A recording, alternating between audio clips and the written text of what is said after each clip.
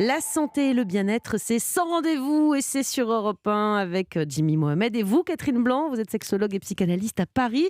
Aujourd'hui, on a une question de Corinne que je vous lis tout de suite. J'ai 42 ans et j'ai l'impression que ces derniers temps, je suis moins lubrifiée lors des rapports sexuels. Pourtant, je suis toujours excitée par mon compagnon et pas du tout ménopausée. Comment est-ce possible et que faire? Catherine, la sécheresse vaginale que décrit donc Corinne, en général, c'est assez étonnant cette question parce que c'est vrai que c'est soit causé souvent par la ménopause ou par le psy, non? La Alors, psychologique? déjà, il faut comprendre ce qu'est la lubrification.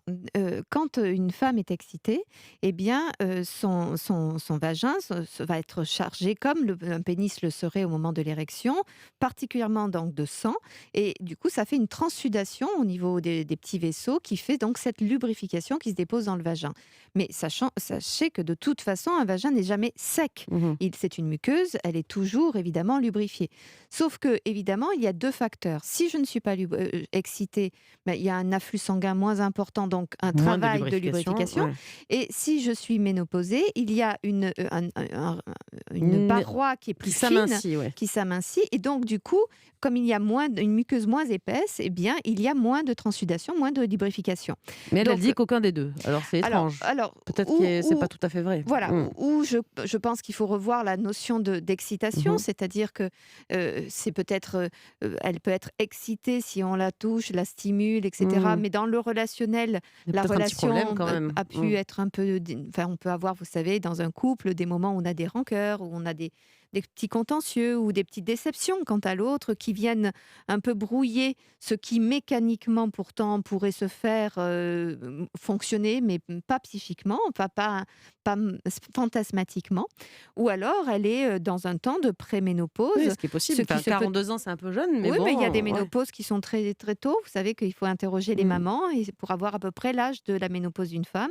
Et certaines femmes sont ménopausées à 35, quand d'autres sont Mmh. ménopausées à 55, Donc hein. aller Donc, regarder quand même de ce coin-là, de ce côté-là, ça serait pas bien sûr. inintéressant. Du coup, qu'est-ce que Corinne peut faire en fait dans cette situation? Est-ce qu'on cherche absolument, pardon, un petit Mais j'ai lapsus, pas 42 ans moi déjà, hein, oui, je donc crois que vous n'avez je pas sais de pas problème, enfin, je pourquoi, sais pas, ouais. c'est des problèmes, bref, ce n'est pas le sujet, mais N'importe quoi. alors qu'est-ce qu'elle doit faire? Est-ce qu'elle doit essayer de régler le problème ou tout simplement de remplacer par des lubrifiants pour régler le problème de façon artificielle? Alors, bien sûr que moi, dans un premier temps, je pense que il faut bien sûr d'abord aller vérifier qu'on est dans des choses physiologiquement où tout va bien. Et on peut effectivement mettre des lubrifiants qui permettent de rendre la sexualité agréable, parce que si elle n'est pas agréable, ça va entraîner par voie de conséquence une lubrification de plus en plus difficile, parce qu'elle sera dans la Mmh. crainte de l'inconfort qui deviendra douleur. Donc, effectivement, les lubrifiants sont une bonne chose. Maintenant, dans la mesure où on peut essayer il Mmh. faut que ça soit joyeux, il faut que ça soit amusant, ou que ce soit très intime fait Mmh. de son côté avant de passer dans la chambre à coucher, pour que ça ne soit pas vécu comme un sacerdoce, et une culpabilité qui encombre la relation Mmh. Oui, elle-même, parce hein. que la femme se sent souvent coupable de ces situations. L'homme pourrait dire: «Bah, c'est de ta faute, Bah oui, regarde». Jimmy pourrait se rendre plus attirant. Enfin, le mari de Corinne pourrait se rendre plus Non, voilà, attirant c'est que aussi. on pense que le problème vient de la femme. Alors peut-être que quand il y a des problèmes de ménopause ou des médicaments, on peut le Bien comprendre, la sûr, bien maladie. sûr. Mais là, peut-être qu'il faut qu'on arrête de rendre coupables les femmes et que les hommes, peut-être aussi, se réinvestissent un peu plus dans la relation. Oui, c'est parce que souvent les hommes, quand ils ont des problèmes d'érection, les femmes prennent très fortement à elles l'idée: «Mais Bon, t'inquiète en gros, c'est pas, toujours la mais faute c'est des pas femmes, quoi. grave».